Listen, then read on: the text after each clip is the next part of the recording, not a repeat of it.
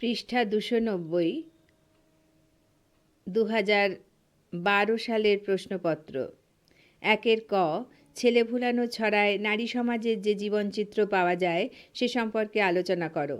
উত্তর: ছেলে ভুলানো ছড়া অংশের 15 প্রশ্নমানের 15 নম্বর প্রশ্নোত্তর দ্রষ্টব্য। 1 খ, মহুয়া পালার অন্তর্গত মহুয়া চরিত্রের শিল্প সার্থকতা আলোচনা করো। উত্তর: 8 প্রশ্নমানের 1 নম্বর প্রশ্নোত্তর দ্রষ্টব্য, পৃষ্ঠা 177। 1 গ, বিজ্ঞাপন কাকে বলে? বিজ্ঞাপনের প্রকারভেদগুলি লেখো। উত্তর: 10 প্রশ্নমানের 1 নম্বর এবং 3 নম্বর প্রশ্নোত্তর থেকে উত্তর তৈরি করতে হবে, পৃষ্ঠা 257 থেকে 259। 1 ঘ, বিজ্ঞাপন ও সাংস্কৃতিক পারস্পরিক সম্পর্কের স্বরূপ বিশ্লেষণ করো। উত্তর: 15 প্রশ্নমানের 4 নম্বর এবং 3 নম্বর প্রশ্নোত্তর দ্রষ্টব্য, পৃষ্ঠা 260। 1 উ, প্রুফে কোন ধরনের ভুল হয় এবং তা সংশোধনের চিহ্ন ও নিয়মগুলি আলোচনা করো। উত্তর: প্রুফে যে ধরনের ভুল পাওয়া যায় সেগুলি হলো: 1 ভুল মাত্রাচিহ্ন এবং প্রয়োজনীয় ক্ষেত্রে যতিচিহ্ন বাদ পড়ে যায়। 2 বানান ভুল। 3 অক্ষর উল্টে যায় এবং কখনো কখনো অতিরিক্ত অক্ষর বসে যায়। 4 একটি শব্দের বিভিন্ন অক্ষরগুলির মধ্যে ঠিকমতো ফাঁক থাকে না। 5 মূল কপির অংশ বাদ পড়ে যায়। 6 সাল ও তারিখের ভুল থাকে। 8 স্পেস উপর দিকে উঠে যায়। 9 অক্ষর অসমান থাকে। 10 ইংরাজি টাইপের ক্ষেত্রে ক্যাপিটাল লেটার ও স্মল লেটারের গোলমাল থাকে। 11 কোটেশন চিহ্ন পড়ে না। 12 একই শব্দ একাধিকবার থেকে যায়। এরপর 15 প্রশ্নমানের 5 নম্বর প্রশ্নোত্তর দ্রষ্টব্য। 2 ক, রবীন্দ্রনাথ রচিত ছড়া বিষয়ক প্রবন্ধগুলির গুরুত্ব আলোচনা করো। 8 × 5। উত্তর: রবীন্দ্রনাথের আগ্রহ প্রকাশের পর বাংলার বিদ্বৎ সমাজে লোকসংস্কৃতির উপাদান সংগ্রহে দেখা যায়। আবার পড়ছি। রবীন্দ্রনাথের আগ্রহ প্রকাশের পর বাংলার বিদ্বৎ সমাজে লোকসংস্কৃতির উপাদান সংগ্রহ করতে দেখা যায়। রবীন্দ্রনাথের লোকসাহিত্য বিষয়ক প্রবন্ধ প্রকাশের বছর 10 পরে 1894-এর মাঝামাঝি বঙ্গীয় সাহিত্য পরিষদ প্রতিষ্ঠিত হয়। বঙ্গীয় সাহিত্য পরিষদের মুখপত্র সাহিত্য পরিষদ পত্রিকার প্রথম সংখ্যায় রবীন্দ্রনাথের ছেলে ভুলানো ছড়া প্রবন্ধটি প্রকাশিত হয়। রবীন্দ্রনাথের সাহিত্য জীবনের প্রায় মধ্যাহ্নে ছেলে ভুলানো ছড়া সুদীর্ঘ আলোচনা এবং 81টি ছড়ার সংগ্রহের প্রতিক্রিয়া অত্যন্ত গভীর অনুভূতি ও প্রবণতার মর্মমূলে পৌঁছেছিল এবং আমৃত্যু তাঁর মধ্যে সজীব ছিল, যা তিনি নিজে অনেক ছড়া লিখেছেন এবং সংগৃহীত ছড়ার ছন্দকে তাঁর কাব্যের বাহন করে নিতে বিন্দু মাত্র দ্বিধা করেননি। পৃষ্ঠা 291। রবীন্দ্রকাব্যে শিশু প্রসঙ্গ ও ছড়ার রাজত্ব বা পরিমণ্ডল আছে এমন কাব্যগ্রন্থের সংখ্যা 7। শিশু 1903, পলাতকা 1918, শিশু ভোলানাথ 1922, খাপছাড়া 1937, ছড়ার ছবি 1937, প্রহাসিনী 1939, ছড়া 1941। ছড়া সম্পর্কে কবির মূল্যায়ন তাঁর গভীর রসানুভূতি ও অন্তর্দৃষ্টির পরিচায়ক। ছড়ার প্রতি আকৃষ্ট হবার কারণগুলি তিনি উল্লেখ করেছেন। অন্যতম কারণ হিসাবে ছড়ার সঙ্গে তাঁর বাল্যস্মৃতি যুক্ত ছিল বলেছেন। টাপুর টুপুর বৃষ্টি পড়ে নদী এলো বান ছড়াটি মোহমন্ত্রের মতো কবির চেতনাকে আচ্ছন্ন করেছিল। এই ছড়াটিকে কবি শৈশবের মেঘদূত বলেছেন। এছাড়া কবিকে মুগ্ধ করেছিল ছড়ার কাব্যরস, মাধুর্য, অসংলগ্নতা, চিরত্ব, অনায়াস রচনা কৌশল। ছড়া আবৃত্তিকারিণীরা সুধাস্নিগ্ধ সুর, ছন্দ নির্মাণ কৌশল এবং ছড়ার চিত্রধর্মিতা কবিকে মুগ্ধ করেছিল। ছেলে ঘুমালো, পাড়া জুড়ালো, বর্গি এলো দেশে, বুলবুলিতে ধান খেয়েছে, খাজনা দেব কিসে। বর্গির হাঙ্গামা বাঁকুড়া জেলার ঐতিহাসিক বিষয়। চট্টগ্রাম, রাজশাহী, পাবনা থেকে এই ছড়াটির স্বতন্ত্র রূপ সংগৃহীত হয়েছে। ঘুমপাড়ানি ছড়াটি বিভিন্ন জেলার ভিন্ন ভিন্ন রূপ পরিগ্রহ করলেও মূল বিষয়ের কোনো পরিবর্তন ঘটেনি। রবীন্দ্রনাথই প্রথম ছড়ার মধ্যে কাব্যরসের সন্ধান লাভ করে তার বিখ্যাত প্রবন্ধ ছেলে ভুলানো ছড়া রচনা করলেন। রবীন্দ্রনাথই প্রথম আবিষ্কার করলেন ছড়া হলো collective creation of the folk. ছড়া নিয়ে চিন্তা ভাবনা, প্রবন্ধ রচনা, সংগ্রহ, সংকলন এবং প্রকাশ এই সব কিছুই কবির ছড়া প্রীতির নিদর্শন। খ, এই সকল ছড়ার মধ্যে একটি চিরত্ব আছে, মন্তব্যটি ব্যাখ্যা করো। উত্তর, ছেলে ভুলানো ছড়া অংশের 15 প্রশ্নমানের 7 নম্বর প্রশ্নোত্তর দ্রষ্টব্য। গ, চন্দ্রাবতী পালায় পত্র ব্যবহারের গুরুত্ব বিষয়ে আলোচনা করো। উত্তর, নয়ানচাঁদ ঘোষ প্রণীত ময়মনসিংহ গীতিকার অন্তর্গত চন্দ্রাবতী পালাতে নায়ক নায়িকার মধ্যে প্রেম সম্পর্ক গড়ে ওঠা ও যোগাযোগের মাধ্যম হিসেবে পত্র একটি গুরুত্বপূর্ণ ভূমিকা গ্রহণ করেছে। চন্দ্রাবতী পালার নায়ক জয়ানন্দ চন্দ্রাবতীকে ভালোবাসে। বলা যায় তাদের মধ্যে বাল্য প্রণয়। পূজার জন্য ফুল তোলা উপলক্ষে জয়ানন্দর সঙ্গে চন্দ্রাবতীর পরিচয় হয়। জয়ানন্দ চন্দ্রাবতীকে প্রথম প্রেমপত্রটি দেয়। এই পত্রের মধ্যে সে তার মনের কথা ব্যক্ত করে।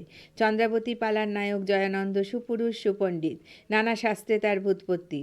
অন্যদিকে নায়িকা চন্দ্রাবতী মনসামঙ্গলের শ্রেষ্ঠ কবি দ্বিজবংশী দাসের কন্যা, যিনি প্রথম রামায়ণের মহিলা অনুবাদ যিনি প্রথম মহিলা রামায়ণ অনুবাদ করেছিলেন। এই নায়ক নায়িকার প্রেম গড়ে ওঠার পিছনে পত্রের গুরুত্ব জানিয়েছে এবং চন্দ্রাবতীকে না পেলে সে দেশান্তরী হবে একথাও জানিয়েছে। এতৎসত্ত্বেও ঘটকের মাধ্যমে চন্দ্রাবতীর সঙ্গে জয়ানন্দের বিবাহ স্থির হয়ে যাওয়ার পর জয়ানন্দ এক মুসলমান মহিলার মোহে আচ্ছন্ন হয়ে তাকে বিবাহ করে বসে। এই দুঃসংবাদে চন্দ্রাবতী ভীষণভাবে ভেঙে পড়ে, কিন্তু বিদুষী মহিলা চন্দ্রাবতী মনের দুঃখ মনের মধ্যেই গোপন করে রেখে খাওয়া দাওয়া এক প্রকার ত্যাগ করে শিব পূজার মধ্যে নিজেকে ব্যস্ত রাখে। পিতা বংশীদাস কন্যার অন্যত্র বিবাহের জন্য সচেষ্ট হলে চন্দ্রাবতী অনীহা প্রকাশ করে। পিতৃ নির্দেশে শিব পূজার সঙ্গে রামায়ণ অনুবাদের কাজে মন প্রাণ ঢেলে দেয় চন্দ্রাবতী।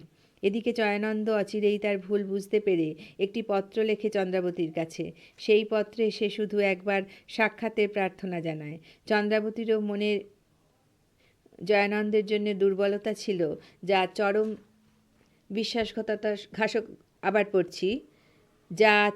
বিশ্বাসঘাতকতা সত্ত্বেও নষ্ট হয়নি। পৃষ্ঠা 292।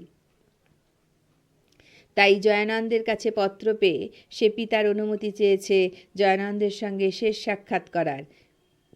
পিতা চন্দ্রাবতীকে অনুমতি দেননি। এরপর জয়ানন্দ মন্দিরের দরজায় এসে চন্দ্রাবতীকে কাতরভাবে একটিবার মন্দিরের দরজা খুলতে অনুরোধ করে বিফল হয়, কারণ ভিতরে শিব পূজায় আত্মমগ্ন চন্দ্রাবতীর কানে কিছুই পৌঁছয় না। মন্দিরের কপাটে জয়ানন্দ মালতী পুষ্প দিয়ে শেষ পত্রটি লিখে যায়। পূজা সমাপনান্তে কলসি নিয়ে পুকুর ঘাটে উপস্থিত হয় চন্দ্রাবতী এবং জয়ানন্দের মৃতদেহ ভাসমান অবস্থায় দেখতে পায়। আঁখিতে পলক নাই, মুখে নাই সে বাণী, পাড়েতে খাড়াইয়া দেখে উমেদার কামিনী। ঘ, নদের চাঁদ চরিত্রটির স্বরূপ পর্যালোচনা করো। উত্তর, 15 প্রশ্নমানের 9 নম্বর প্রশ্নোত্তরে নদের চাঁদ চরিত্র দ্রষ্টব্য, পৃষ্ঠা 150। ও, বিজ্ঞাপনের উপযোগিতা আলোচনা করো। উত্তর, 15 প্রশ্নমানের 3 নম্বর প্রশ্নোত্তর দ্রষ্টব্য, পৃষ্ঠা 259। চ, পুষ্প প্রদর্শনী বিষয়ক একটি বিজ্ঞাপন রচনা করো। উত্তর, ফুলের জলসায় মেদিনীপুর মাইকেল মধুসূদন নগর ফ্লোরিকালচার সোসাইটির উদ্যোগে স্থানীয় পুলিশ লাইন গ্রাউন্ডে আয়োজিত 1 সপ্তাহব্যাপী পুষ্প প্রদর্শনী আগামী 26শে জানুয়ারি 2013 বেলা 4টে, শুভ উদ্বোধন। আপনার বাগানের ফুল নিয়ে অংশগ্রহণ করুন। ছ, সার্ধশতবর্ষে বিবেকানন্দের প্রাসঙ্গিকতা সম্পর্কে 250টি শব্দে একটি অনুচ্ছেদ রচনা করো। উত্তর, 1863 খ্রিস্টাব্দের 12ই জানুয়ারি কলকাতার শিমুলিয়ায় জন্মগ্রহণ করেছিলেন নরেন্দ্রনাথ দত্ত। ডাকনাম বিলে বিশ্বেশ্বর। মাত্র 24 বছর বয়সে সন্ন্যাসী হয়েছিলেন। পিতার নাম বিশ্বনাথ দত্ত ও মাতা ভুবনেশ্বরী দেবী। স্বামী বিবেকানন্দের জন্মদিন 12ই জানুয়ারি সারা বিশ্বে যুব দিবস হিসেবে পালিত হয়ে আসছে। বিবেকানন্দের মানস কন্যা ভগিনী নিবেদিতাকে একবার প্রশ্ন করা হয়েছিল, রামকৃষ্ণ ও বিবেকানন্দের মধ্যে তফাৎ কী? নিবেদিতা উত্তর দিয়েছিলেন, অতীত 5000 বছরে ভারতবর্ষ যা কিছু ভেবেছে তারই প্রতীক শ্রীরামকৃষ্ণ, আর আগামী 1500 বছর ভারত যা কিছু ভাববে তারই অগ্রিম প্রতিনিধি স্বামী বিবেকানন্দ। এই বিবেকানন্দ মানুষের হৃদয় মন্দিরে অনন্তকাল ধরে পূজিত হবেন। বিবেকানন্দ প্রতিষ্ঠিত মঠ মিশন তাদের সীমিত সামর্থ্যের মধ্যে বিবেকানন্দের স্বপ্নকে রূপায়িত করার চেষ্টা করে চলেছে। বিবেকানন্দ মাত্র ৩৯ বছরের জীবনকালে গভীরভাবে অনুভব করেছিলেন মানুষ চাই। সকল দেশবাসীকে আহ্বান জানিয়েছিলেন প্রকৃত মানুষ হওয়ার জন্য। আবার শিবজ্ঞানে জীব সেবার কথাও বলেছেন। তিনি মানুষকে ভালোবাসতে বলেছেন। তিনি ছিলেন একজন কর্মযোগী, ধ্যানযোগী, সমাজ সংস্কারক। পৃথিবীর বিভিন্ন জাতির ইতিহাস থেকে তিনি দেখিয়েছেন একান্ত স্বজাতিবাৎসল্য বহু জাতির উন্নতির প্রধান কারণ। তিনি যে শ্রীরামকৃষ্ণদেবের শিষ্য হিসেবে অধ্যাত্মজ্ঞানের ধারক ও আধ্যাত্মিকভাবে ভাবিত ছিলেন না, মানব সমাজকে বাদ দিয়ে তিনি আধ্যাত্মিক অনুভবকে কখনোই প্রাধান্য দেননি, কারণ তাঁর বাস্তব চেতনা ছিল অত্যন্ত প্রবল। সমগ্র মানব সভ্যতার ইতিহাস ঘেঁটে স্বামীজি উপলব্ধি করেছিলেন অদূর ভবিষ্যতে শুধু আমাদের ভারতবর্ষেই নয়, সারা পৃথিবীতে একদিন শূদ্র আসন প্রতিষ্ঠিত হবে। পৃষ্ঠা 293। 1886 খ্রিস্টাব্দের 16ই অগস্ট রামকৃষ্ণদেবের তিরোধানের পর কয়েকজন গুরুভাইকে নিয়ে রামকৃষ্ণ মঠ প্রতিষ্ঠা করেন। পরিব্রাজক রূপে সারা ভারত ভ্রমণ করেন। 1893তে শিকাগোর ধর্ম মহাসম্মেলনে যোগ দিয়ে হিন্দু ধর্ম বিষয়ে বক্তৃতা দিতে গিয়ে তিনি আন্তর্জাতিক খ্যাতি লাভ করেন। তিনি সাহিত্য রচনার তাগিদে লেখনী ধারণ করেননি। তাঁর উদ্দেশ্য ছিল তাঁর উদ্দেশ্য ছিল সমাজ চেতনাকে জাগ্রত করা। আজ স্বামী বিবেকানন্দের জন্মের সার্ধশতবর্ষেও তাঁর বাণী সমানভাবে প্রাসঙ্গিক।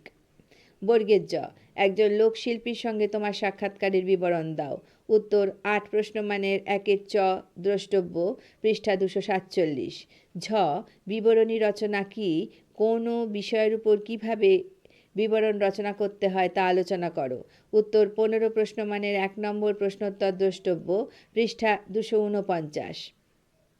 ইয়, প্রুফ সংশোধন করো। মূল পাঠ, সকল দেশেই কাপড় চোপড়ে কিছু না কিছু ভদ্রতা লেগে থাকে। বেতন না জানলে ভদ্র অভদ্র বুঝব কেমনে? সর্বদেশে কিছু না কিছু চলন। আমাদের দেশে শুধু গায়ে ভদ্রলোক রাস্তায় বেরোতে পারে না, ভারতের অন্যান্য প্রদেশে আবার পাগড়ি মাথায় না দিয়ে কেউই রাস্তায় বেরোয় না। উত্তর, সকল দেশেই কাপড় চোপড় কিছু না কিছু ভদ্রতা। উল্টো ভি চিহ্ন, বন্ধনীর মধ্যে আবার উল্টো ভি চিহ্ন, লেগে থাকে দাঁড়ি, র পাশে দাঁড়ি ছাপ, ফয় জফলা আকার ফ্যা পাশে দাঁড়ি, দন্তেশ্ব, বেতন ব্যা ত কাটা না জানলে বদ্র বো কাটা অভদ্র বো কাটা কুচব কেমনে, ভ তার পাশে দাঁড়ি দিয়ে ভ, ব তাল পাশে তালবস্য, সব কাটা দেশে কাটা কিছু না কিছু চলন, দন্তের ন কাটা, আমাদের দেশে শুধু শূন্য চিহ্ন দিয়ে কাটা, গায়ে খালি, ভদ্রলোক রাস্তায় বেরোতে পারে না, ভারতের অন্যান্য প্রদেশে আবার পাগড়ি না দিয়ে কেউই রাস্তায় বেরোয় না। 3-এর ক, এই ছড়াটি বাল্যকালে আমার নিকট মোহমন্ত্রের মতো ছিল। কোন ছড়াটি সম্পর্কে রবীন্দ্রনাথ এই মন্তব্য করেছেন? ছড়াটির প্রথম 4টি ছত্র উল্লেখ করো। এর পাশে 4x5 = 20 লেখা আছে। উত্তর, বৃষ্টি পড়ে টাপুর টুপুর নদী এলো বান, এই ছড়াটি সম্পর্কে রবীন্দ্রনাথ আলোচ্য মন্তব্যটি করেছেন। বৃষ্টি পড়ে টাপুর টুপুর নদী এলো বান, দাঁড়ি। পরের লাইনে, শিব ঠাকুরের বিয়ে হলো 3 কন্যে দান, দাঁড়ি। 1 কন্যে রাঁধেন বাড়েন, 1 কন্যে খান, দাঁড়ি। 1 কন্যে না খেয়ে বাপের বাড়ি যান, দাঁড়ি। খ, গীতিকার যে কোনো 4টি বৈশিষ্ট্য উল্লেখ করো। উত্তর, গীতিকার 4টি বৈশিষ্ট্য হলো: 1, গীতিকা হলো সকল ও সব রকমের বাহুল্য বর্জিত। 2, অল্প কথায় দীর্ঘ সময়ের ব্যবধানকে হ্রাস করার রীতি গীতিকার একটি প্রধান বৈশিষ্ট্য। 3, গীতিকায় উপস্থিত চরিত্রগুলির প্রশ্নোত্তর তথা কথোপকথনের মাধ্যমে কাহিনীর বিস্তার লাভ ঘটে। 4, গীতিকাতে গায়কেরা মাঝে মধ্যেই বর্ণনাকারীর ভূমিকা থেকে নিজেকে সরিয়ে এনে চরিত্রগুলিকে সরাসরি হাজির করেন শ্রোতাদের সামনে। পৃষ্ঠা 294। গ, প্রসঙ্গ উল্লেখ সহ ব্যাখ্যা করো। আছিল সুন্দরী কন্যা হইল পাষাণী। উত্তর, প্রশ্নমান 4-এর 7-এর ক, প্রশ্নোত্তর দ্রষ্টব্য, পৃষ্ঠা 206।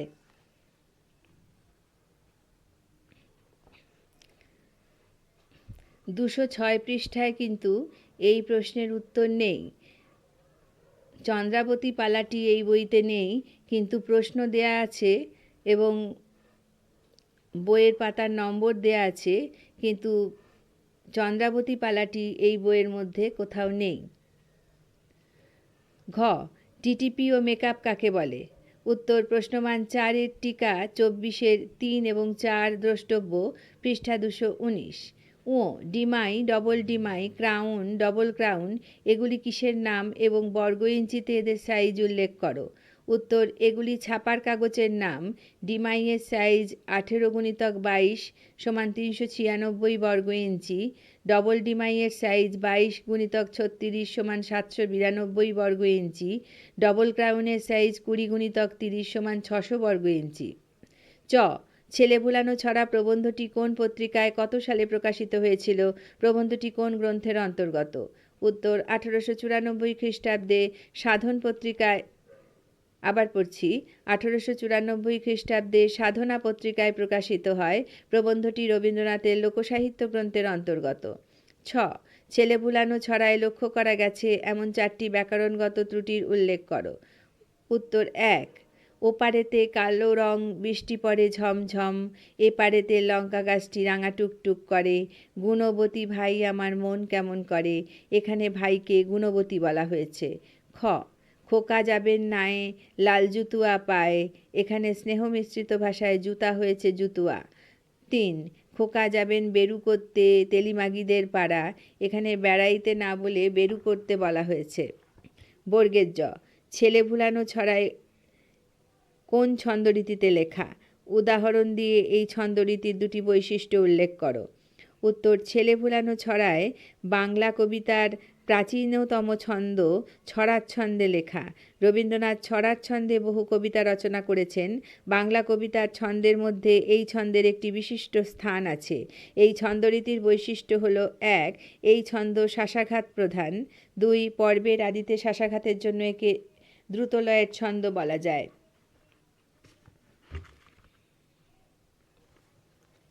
পৃষ্ঠা 295, 2013 সালের প্রশ্ন। 1 15×2 30। যে কোনো 2টি প্রশ্নের উত্তর দাও। ক গীতিকা কাকে বলে? চন্দ্রাবতী পালাটি গীতিকা হিসাবে সার্থক কিনা আলোচনা করো।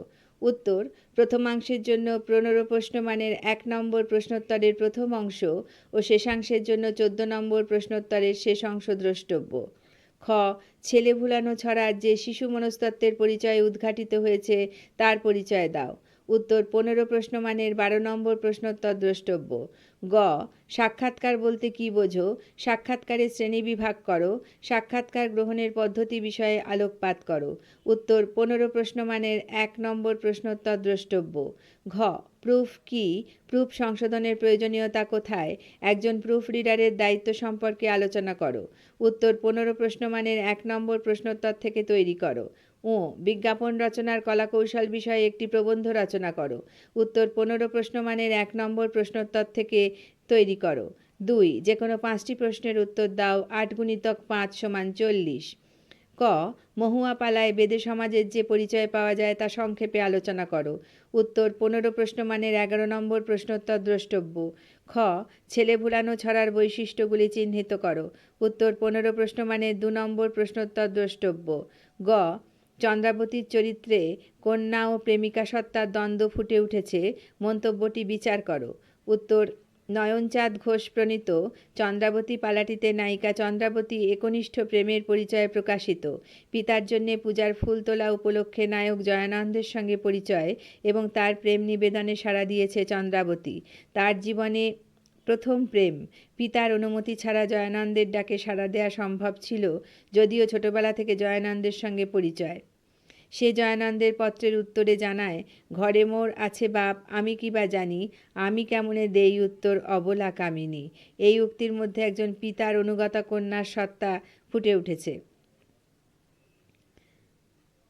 উভয়ের মিলনে সামাজিক কোনো বাধা না থাকায় বিবাহের প্রস্তাব চন্দ্রাবতীর পিতা দ্বিজ বংশীদাস গ্রহণ করেছেন এবং উদ্যোগ আয়োজন সম্পূর্ণ করেছেন। শেষ মুহূর্তে শোনা গেল জয়ানন্দ এক মুসলমান রমণীর প্রেমাসক্ত হয়ে তাকে বিবাহ করেছে। এ কথা শুনে চন্দ্রাবতীর মানসিক আঘাত এতখানি গুরুতর ও মর্মান্তিক হয় যে সে শোকে পাষাণ হয়ে যায়। না কান্দে না হাসে চন্দ্রা, নাহি বলে বাণী, আছিল সুন্দরী কন্যা হইল পাষাণী। জয়ানন্দ কখনো তার সাথে বিশ্বাসঘাতকতা করতে পারে তা চন্দ্রাবতীর স্বপ্নের অগোচর ছিল। সে হাহুতাশ করেনি বা প্রতিশোধ স্পৃহা তার মধ্যে জেগে ওঠেনি। সে পিতার নির্দেশে শিব পূজার মধ্যে দিয়ে মানসিক শান্তি পেতে চেয়েছে। পৃষ্ঠা 296। পিতা তাকে রামায়ণ অনুবাদ করতে বলেছেন। বিদুষী কন্যা পিতার নির্দেশ মান্য করে সাহিত্যের ইতিহাসে রামায়ণের একমাত্র মহিলা অনুবাদক রূপে অমরত্ব লাভ করলেও প্রেমিককে কখনোই ভুলতে পারেনি। জয়ানন্দ তার ভুল বুঝতে পেরে অনুতপ্ত চিত্তে ছুটে এলেও সে মন্দিরের দরজা খোলেনি। জয়ানন্দ মালতী ফুল দিয়ে মন্দিরের কপাটে শেষ কথা লিখে রেখে যায়। চন্দ্রাবতী নদীর ঘাটে গিয়ে দেখতে পায় জয়ানন্দের প্রাণহীন দেহ নদীর জলে ভাসছে। আঁখিতে পলক নাহি, মুখে নাই সে বাণী, পাড়েতে খাড়াইয়া দেখে উমেদা কামিনী। চন্দ্রাবতী তার প্রেমের নিষ্ঠায় গৌরবের অধিকারী হয়েছে। চন্দ্রাবতীর চরিত্রে কন্যা ও প্রেমিকা সত্তার দ্বন্দ্ব ফুটে উঠেছে। মন্তব্যটি সার্থক। ঘ, কন্যা সন্তানের প্রতি যত্নবান হন, এই মর্মে একটি বিজ্ঞাপন রচনা করো। উত্তর, সর্বসাধারণের অবগতির জন্য জানানো হচ্ছে, স্বাধীনতার ষাটোর্ধ্বকাল অতিবাহিত হওয়ার পরেও সমাজে আজও নারীরা অবহেলিত, প্রতি মুহূর্তে বঞ্চনার ও আরও অন্যান্য ঘৃণ্য ব্যাপারের শিকার হয়ে চলেছেন। সমাজে আজও নারীর, আবার পড়ছি, বর্তমান ভারতে নারী পুরুষের অনুপাত 933:1000। সময়ের সঙ্গে তাল রেখে পুরুষের মতো মহিলারাও বর্তমানে সব রকম কাজ করছেন। একই কাজে নারী পুরুষের পারিশ্রমিকের তারতম্য নেই। কন্যা সন্তানের প্রতি যত্নবান হন। আপনারাও সন্তানের পিতামাতা হিসেবে পুত্র ও কন্যা সন্তানের প্রতি সমান ব্যবহার করুন। কন্যা সন্তানকে অবহেলা করবেন না। মনে রাখবেন, কোনো কালে একা হয়নি জয়ী পুরুষের তরবারি, শক্তি দিয়েছে, প্রেরণা দিয়েছে বিজয়লক্ষ্মী নারী। ও, একজন একনিষ্ঠ সমাজসেবীর সঙ্গে তোমার কাল্পনিক সাক্ষাৎকারের বিবরণ দাও। উত্তর, মোবাইল নম্বরটি সংগ্রহ করা গিয়েছিল এই স্বল্পভাষী প্রচার বিমুখ মানুষটির। নিজেকে যতটা সম্ভব আড়ালে রাখার চেষ্টা করেন এই ষাটোর্ধ্ব মানুষটি। একনিষ্ঠ শব্দটি হয়তো এর ক্ষেত্রেই ব্যবহার করা যায়, কারণ আজকের অবক্ষয়ের যুগে জনগণের প্রতিনিধি, সমাজসেবী ছাপমারা মানুষগুলির দুর্নীতির সীমা পরিসীমা নেই। যাই হোক, নির্দিষ্ট সময়ে অনিমেষ রায়ের বাড়ি পৌঁছে গেলে নির্ঝর পত্রিকার প্রতিনিধি কৌশিক ব্যানার্জি। পত্রিকা প্রতিনিধি: অনিমেষবাবু, আপনি বলুন কিভাবে আপনি এই ধরনের সমাজসেবামূলক কাজকর্মের সঙ্গে জড়িয়ে পড়লেন। অনিমেষ রায়: আমি একটি কেন্দ্রীয় সরকারের রাষ্ট্রায়ত্ত সংস্থায় উচ্চ পদে কর্মরত ছিলাম। চাকরির শর্তে সারা দেশ ঘুরে বেড়াতে হতো। যেখানেই আমি ট্রান্সফার হয়েছি সেখানেই আমার একটি সামাজিক পরিচয় তৈরি হয়েছে। এইভাবেই আমি একটি শহরে ট্রান্সফার হলাম যেখানে কয়লা খনি ও ইস্পাত কারখানা দুটিরই অবস্থান। সেখানেই জড়িয়ে পড়লাম রক্তদান, থ্যালাসেমিয়া ইত্যাদি সমাজসেবামূলক কাজের সঙ্গে। আমি যে সংস্থাতে চাকরি করতাম সেটিরও বিশাল সামাজিক কাজকর্মের নজির আছে। যাই হোক, আমি অফিসের কাজের চাপ সামলে ছুটির দিন বা অফিস টাইমের পরে নানান কাজকর্ম করতাম। এরপরে আস্তে আস্তে একটা নেশায় পরিণত হলো। চাকরি থেকে অবসর গ্রহণের পর নিজের চেষ্টায় গড়ে তুলেছি একটি স্বেচ্ছাসেবী সংস্থা। আমার স্ত্রী, কন্যা আমাকে নানাভাবে সাহায্য করেন। আমার কিছু সমমনস্ক প্রিয়জন, আমার সহকর্মী বন্ধু আমার এই সংস্থায় যোগ দিয়েছে। এখনও কোনো রকম আর্থিক সাহায্য কোথাও থেকে পাইনি। পৃষ্ঠা 297। নিজের পকেটের পয়সা খরচ করে সামাজিক কর্মসূচিগুলি পালন করি। আমার সংস্থায় যারা কাজ করেন তারা সকলেই সৎ থাকবেন, এই মর্মে প্রতিজ্ঞাবদ্ধ হয়েছেন। পত্রিকা প্রতিনিধি: আপনার ব্যক্তিগত জীবনের কথা কিছু বলুন। অনিমেষ রায়: ব্যক্তিগত জীবনে আমি ভীষণ সুখী। আমার স্ত্রী, কন্যা, জামাতা সকলেই আমার এই সামাজিক ক্রিয়াকর্মের সঙ্গে প্রত্যক্ষ বা পরোক্ষভাবে যুক্ত। চাকুরি জীবনে যেমন ব্যস্ত ছিলাম, বর্তমানেও আমার দিন কাটে ব্যস্ততার মধ্যে, সেজন্য এখনও বুড়িয়ে যায়নি। পত্রিকা প্রতিনিধি: অনিমেষবাবু, খুব ভালো লাগলো আপনার সঙ্গে কথা বলে। ভালো থাকবেন। চ, বয়স্ক শিক্ষার প্রসারের গুরুত্ব সম্পর্কে 250 শব্দের একটি অনুচ্ছেদ রচনা করো। উত্তর: জাতীয় সাক্ষরতা মিশন শুরু হয় 1988 থেকে। আজ 2014তে পৌঁছেও বয়স নির্বিশেষে সকলকে স্বাক্ষর করা সম্ভব হয়নি। এখনও বিভিন্ন কারখানা ইত্যাদিতে যারা শ্রমিকের চাকরি করেন তারা ব্যাংকে গিয়ে টিপছাপ দিয়ে টাকা তোলেন। শিল্পাঞ্চলে অবস্থিত বিভিন্ন ব্যাংকের বিভিন্ন শাখায় গেলেই সাক্ষরতা ব্যাপারটি সম্যকভাবে উপলব্ধি করা যাবে। যারা লিখতে পড়তে জানেন না তাদের ক্ষেত্রে চোখ থাকতে অন্ধ কথাটা খুবই প্রযোজ্য। সেজন্য সাক্ষরতা মিশনেরও আগে বয়স্ক শিক্ষার কর্মসূচি গ্রহণ করা হয়েছিল। বিভিন্ন স্থানে বয়স্ক শিক্ষার জন্য সর্বপ্রকার ব্যবস্থা গ্রহণ করা হয়েছে। বয়স্ক শিক্ষা প্রসারের জন্য সমাজের সর্বস্তরের মানুষকে এগিয়ে আসতে হবে। প্রতিটি মানুষকে স্বাবলম্বী হতে হলে বয়স্ক শিক্ষার প্রসারে ঘটাতে হবে। এই ব্যাপারে ছাত্র সমাজকে উদ্যোগী ভূমিকা গ্রহণ করতে হবে। বর্তমানে প্রতিটি কলেজ এনএসএস বিভাগ চালু হয়েছে। এর মাধ্যমে কলেজের ছাত্রছাত্রীরা সামাজিক দায়িত্ব পালন করে থাকে। এনএসএসের কর্মসূচির মধ্যে বয়স্ক শিক্ষার প্রসারকে যুক্ত করতে হবে।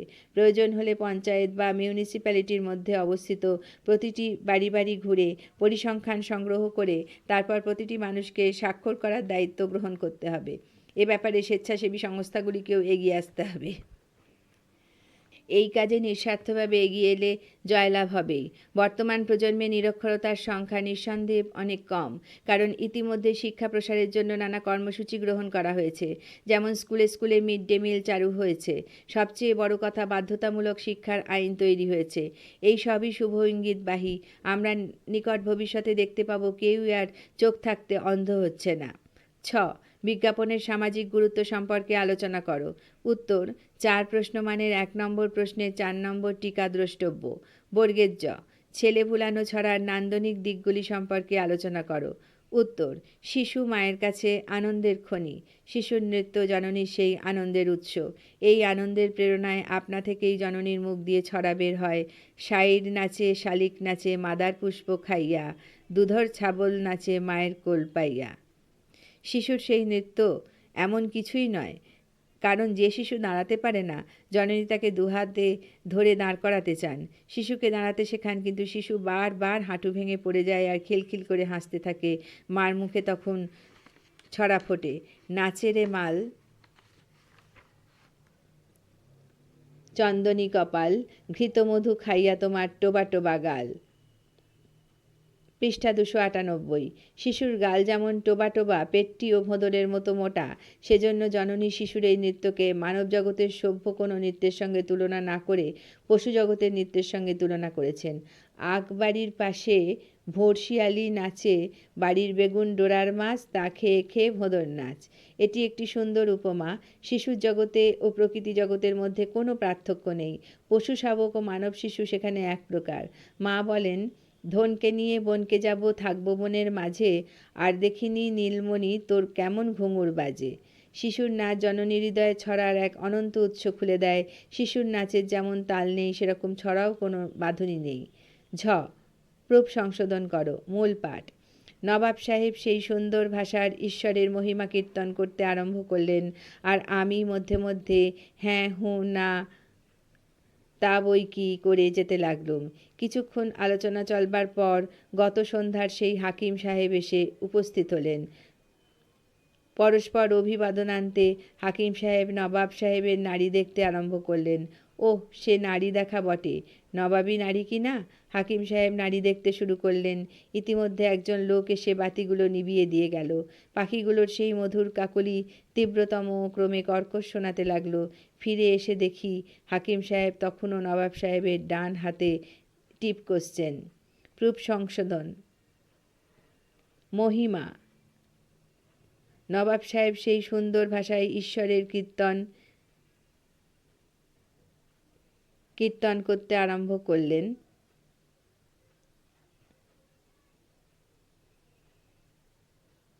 এখানে অনেকগুলি চিহ্ন আছে, যেগুলি মুখে বলা সম্ভব নয়, রিডারকে দিয়ে পড়িয়ে নিতে হবে। পৃষ্ঠা 299। প্রশ্ন 3। যে কোনো 5টি প্রশ্নের উত্তর দাও। 4 × 5 = 20। ক, প্রসঙ্গ উল্লেখ করে ব্যাখ্যা করো। ফিরা গেছে বাদ্দার দল, আর না আইব তারা, সুখেতে বাঁধিয়া ঘর করো তুমি বাসা। উত্তর: আলোচ্য অংশটি দ্বিজকানাই রচিত ময়মনসিংহ গীতিকার অন্তর্ভুক্ত মহুয়া পালার দা বিংশতি হুমরার অনুতাপ পালঙ্কের স্নেহ শীর্ষক পরিচ্ছেদ থেকে গৃহীত। মহুয়া ও নদের চাঁদ পরস্পরকে ভালোবেসেছিল। বেদের সমাজ হুমরা সর্দারের দল তাদের মিলনে বাধা সৃষ্টি করেছে। দুজনেই তাই পৃথিবীর মায়া কাটিয়ে চলে গেছে অন্য লোকে। অনুতপ্ত হুমরার কাছে মহুয়া ছিল সন্তান তুল্য। সে 6 মাসের একটি ব্রাহ্মণ কন্যা সন্তানকে তার মা বাবার কাছ থেকে চুরি করে এনে নিজের মেয়ের মতোই মানুষ করেছিল। সেই স্নেহের জোরেই সে নদ্দার চাঁদের ভালোবাসাকে স্বীকার করতে পারেনি, যার পরিণামে উভয়ের মৃত্যু। হোমরা বেদের দলের সর্দারি ছেড়ে মহুয়াকেও ও নদ্দার চাঁদকে যেখানে কবর দেওয়া হয়েছে সেই স্থানেই থেকে যেতে চেয়েছে। ঠিক সেরকম মহুয়ার প্রিয় সখী পালংসইও মহুয়াকে ছেড়ে চলে যেতে পারেনি। সে মহুয়া নদ্দার চাঁদের উদ্দেশ্যে বলেছে যে বেদের দল চলে যাওয়ায় তাদের আর কোনো ভয় নেই, তারা যেন সুখে সংসার করে। খ, অমৃত ভাবিয়া আমি খাইয়াছি গরল, কণ্ঠেতে লাগিয়া বইছে কাল হলাহল। উক্তিটি কার? বক্তব্য পরিস্ফুট করো। উত্তর, উক্তিটি ময়মনসিংহ গীতিকার অন্তর্গত চন্দ্রাবতী পালার নায়ক জয়ানন্দের। নদীর ঘাটে কলসি কাঁখে জল আনতে যাওয়া মুসলমান কন্যার সঙ্গে জয়ানন্দের সাক্ষাৎ ঘটেছে যখন তার সঙ্গে চন্দ্রাবতীর বিবাহের আয়োজন সম্পূর্ণ। নায়ক ওই মুসলমান কন্যার সাথে বিবাহ বন্ধনে আবদ্ধ হয়েছে তার প্রেমিকা চন্দ্রাবতীর কথা বিস্মৃত হয়ে। খুব কম সময়ের মধ্যে জয়ানন্দ তার ভুল বুঝতে পেরে অনুতাপে দগ্ধ হয়েছে। তার বক্তব্য যে সে ভুল করে অমৃত ভেবে বিষ পান করেছে এবং সেই বিষ সে তার কণ্ঠে ধারণ করেছে। গ, মহুয়া পালাটি কোন উপভাষায় লেখা? উদাহরণ দিয়ে এই ভাষার 3টি বৈশিষ্ট্য উল্লেখ করো। ময়মনসিংহ গীতিকার অন্তর্ভুক্ত মহুয়া পালাটি বঙ্গালী উপভাষায় লেখা। এই উপভাষার 3টি বৈশিষ্ট্য: 1, অপিনিহিতের সার্বিক প্রয়োগ হয়, যেমন করিয়া, কইরা, বসে, বইসে। 2, কর্তৃকারকে এ বিভক্তি হয়, যেমন মায়ে ডাকে।